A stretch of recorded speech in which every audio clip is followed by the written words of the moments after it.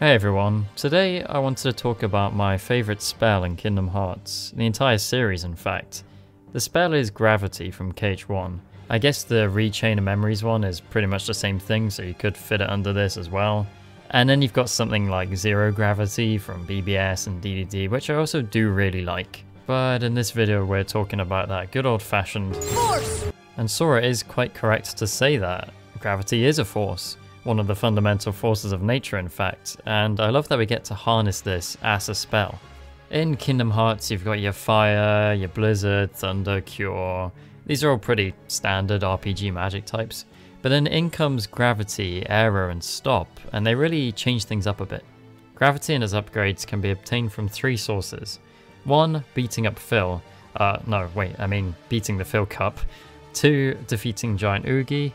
And 3. Defeating Hades in the inspiringly named Hades Cup.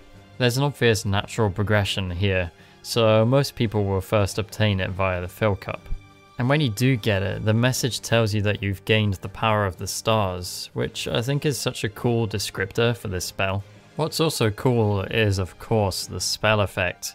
Sora starts by lifting up the Keyblade, and there's this pink and black explosion at the teeth of it. A purplish void then forms above the target and shrinks as Sora brings the Keyblade down again. Spawned from this, a multicolored orb will grow and fall on the target.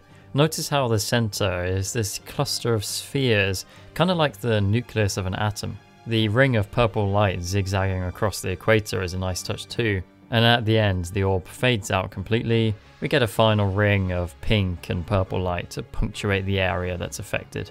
That was showcasing the final tier, Graviga. The lower tiers have a less pronounced effect, with a smaller radius. As an example, Gravity and Gravira lack the nucleus at the center. So visually, quite a unique and multi-layered spell. The colours that are used are similar to the ones that are often used for the powers of darkness in Kingdom Hearts, but this isn't a dark power, this is power of the stars, remember. But this kind of visual effect and animation really appeals to me. It looks like it means business, right? And I do prefer darker colours generally. It is an attractive spell. It also makes me think of black holes, so that's where that star power comes in again. Of course, the real benefit of Gravity is its mechanics and utility. It costs 1 MP to use, so it isn't expensive by any means, and the spell's functionality is determined by how you use it. Gravity's damage is percentage based. Time for some maths, or math, for you weirdos across the pond. Here's the relevant KH1 equations. The damage is determined by 2 factors, Sora's max MP and the spell tier itself. So if you have, say, 5 MP and you're still on Gravira, that's 25 plus 55, so 80%. Now you might be thinking, oh, that seems a lot. It's not even fully upgraded and it's doing 4/5 of the damage to an enemy. Well, I think, and I'm not completely sure, but I think the thing is enemies have some resistance to the effect. Just because it adds to 80% or whatever, doesn't mean it is going to do that much damage to an enemy's health. I think, but feel free to explain the mechanics of this, because I'm not really sure about it, so if you do know, please leave a comment. But in essence, that's why you can go over 100% with lots of MP and or Graviga.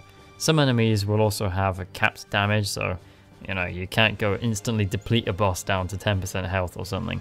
Plus, the less health an enemy has, the smaller the percentage value of that health will be, so the spell becomes less useful the more you use it on one target.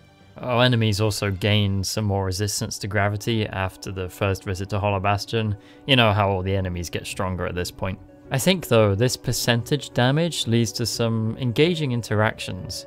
Using a high-powered gravity as the opener of a fight, that's an excellent way to shave off a bunch of health, especially if you've got this closely grouped set of Heartless.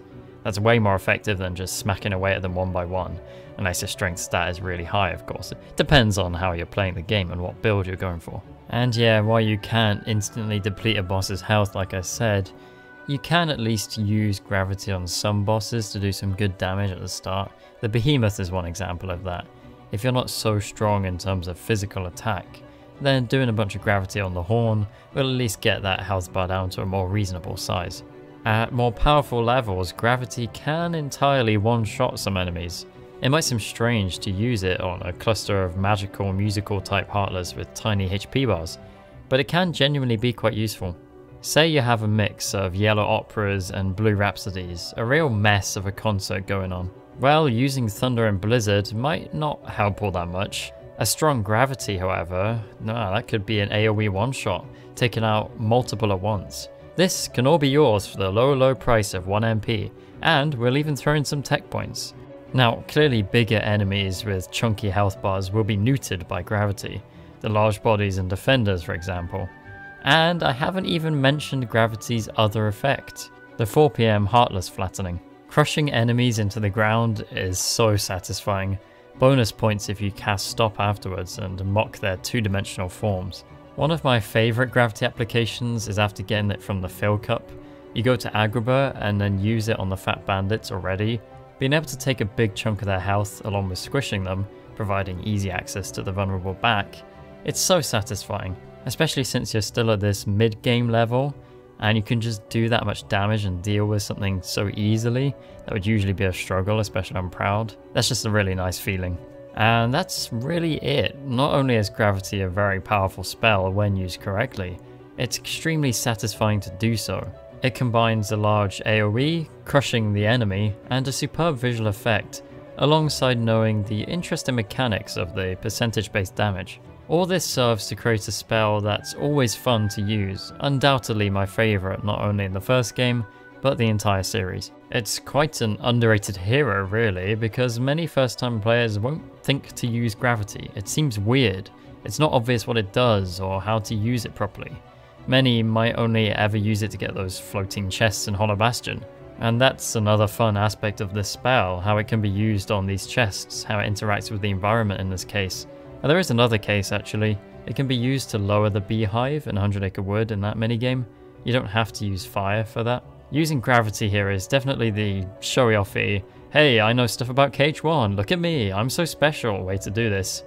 So yeah, I usually do it this way. And yeah, this isn't just gravity. Using magic on the environment is one of this game's great strengths. We know this by now. I just think those floating chests are one of the coolest examples of it. What else? Oh well, it's nice that Donald and Genie can also use this spell. And Jack has his own gravity ability with Ghostly Scream. And don't forget Gravity Break.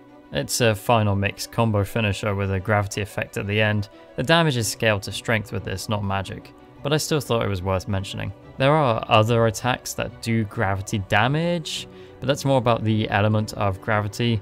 Stuff like the Wizard Heartless, theirs is a gravity pool. But that's it from me. I just wanted to talk a bit about gravity and give it some love and appreciation. I'm sure many of my fellow KH1 fanatics feel the same way. There are plenty of specific uses for gravity that I didn't even mention. The stop and gravity strat, for example. I wanted to keep the video from being too long, so feel free to post any utilities you know of in the comments. We can get a whole hub of gravity love going, a veritable black hole of a comment section. It's a bit of a different video from me, I know, but I wanted to talk about gravity, and this idea popped into my head at 2 AM as they usually do, to do a focused video on a specific topic. Sort of a bite-sized piece of content, I guess. It's nice because it's still one I get to properly edit and script and do general creative work on. That's a good feeling. Anyway, I might do more short-form videos like this on topics that interest me, so stay tuned, and as always, thanks for watching.